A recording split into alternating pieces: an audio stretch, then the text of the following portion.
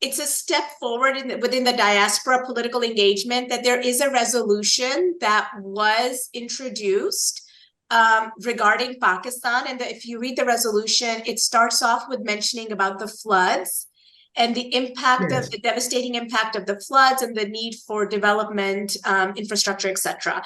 But as the bill progresses, questions about human rights violations arise. And in the specific space of human rights, the way that it's characterized within this resolution is regarding the political climate in Pakistan and what it has been over the last few months.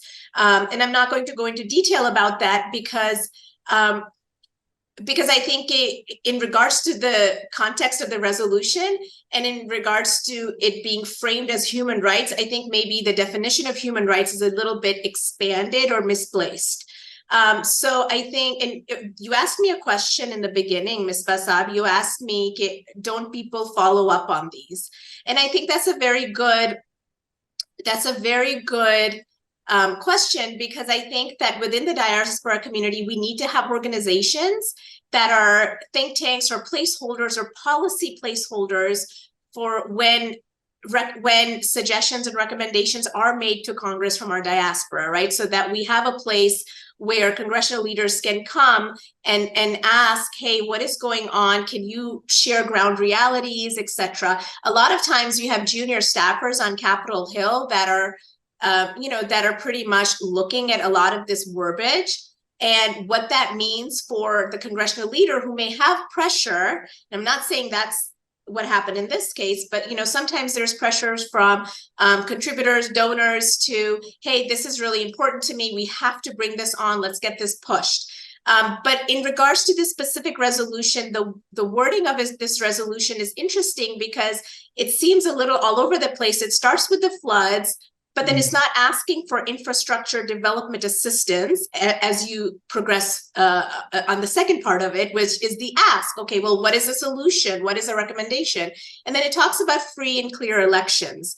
And then it lists a number of individuals within the Pakistani government over the last few months. And all of those names and all of those instances could be perceived in the larger context as being irrelevant and just noisy within the context of the resolution. So in my opinion, from someone who works on these, from someone who teaches this, studies this, I personally feel like the wording could have been done properly, and it should have been strategically situated in a place where you lay out the issues and then you ask for a solution, right? So there's really not a solution within this resolution.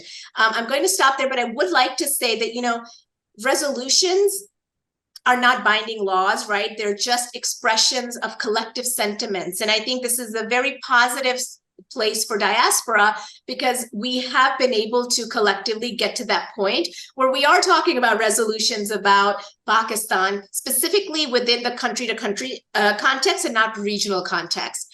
But we also know that the U.S. political system is a two-party system, winner-take-all system, that promotes and encourages groups to find common positions. So the fact that we are seeing that this resolution did come up in Congress, maybe it will be a launch pad for other diaspora organizations to say, okay, let's kind of collectively come together and for the first time mark out our priorities and strategies. Maybe it's human rights, maybe it's clear elections, maybe it's fair elections. But I hope it would be around trade, education exchange, and things that can lead to viable and substantive development. Faraz, you're muted. I'm sorry. Yes, so Dr. Zia, I agree with you that they have to be first factual. These resolutions have to be factual. These resolutions have to be, human rights based. I agree, and then I also agree that it has to be more on education, healthcare, and all those other areas where Pakistan has been struggling. This resolution actually talks about something which was constitutional, meaning removing Imran Khan through the vote of no confidence. That was constitutional. It was Imran Khan who took the unconstitutional step by dissolving the assembly, and then Supreme Court reversed it. Number one. Number two, it doesn't talk about Imran Khan actually himself blamed US for his removal, for his ouster, and he accused all the opposition parties who removed him through the constitutional means as the traitors and American agents and the CIA agents. And he ran an anti-America campaign for the year and a half, and still to date, Imran Khan and his party accuses opposition parties as the American agents, and he thinks that his ouster was because of US removed him. It was a conspiracy against him, and he specifically blames the State Department official, Assistant Secretary Donald Lu, for this. And he has not provided a single evidence that how it was done and why it was done. There is no evidence. It's just a talk. It's just a rhetoric, and he's been running an anti-America campaign. And it's been reported that Donald Lu's security was increased just because there was threats against him. So I mean, Imran Khan has a very dubious and very conflicting strategy where in Pakistan he runs an anti-America campaign. He flares up anti-America sentiments and he leverages on them. And at the same time, in America, he asks America for help. So why don't they move against Donald Lu, who they blame without any evidence that he is one of the person responsible for his ouster in Pakistan?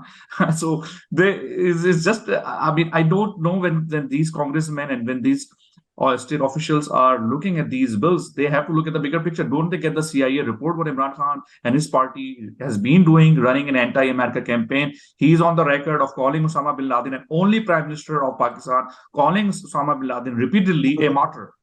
A martyr. No other Prime Minister of Pakistan has called Osama bin Laden a martyr. And he's been running a pro-Taliban campaign. He's been nominated as PTI representative.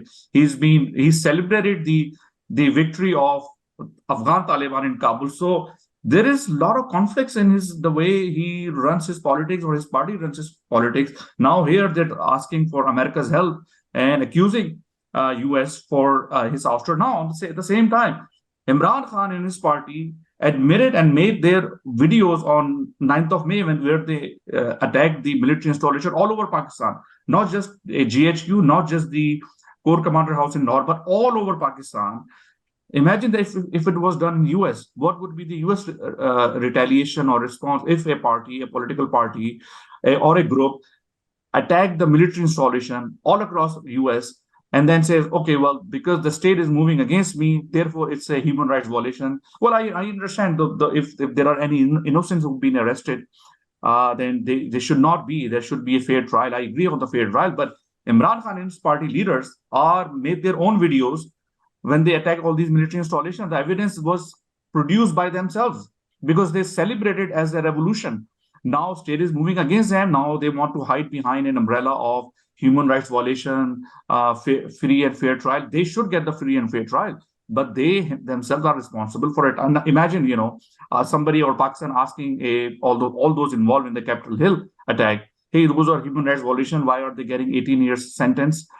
They should be free. I mean, I want to hear your take. When these officials pass these resolutions, there are human rights violation, not against Imran Khan. There are human rights violation has been against many other groups, against Baloch, against many other minority groups. Let's talk about those as well. Why is this specific? So I would like to get your take on this.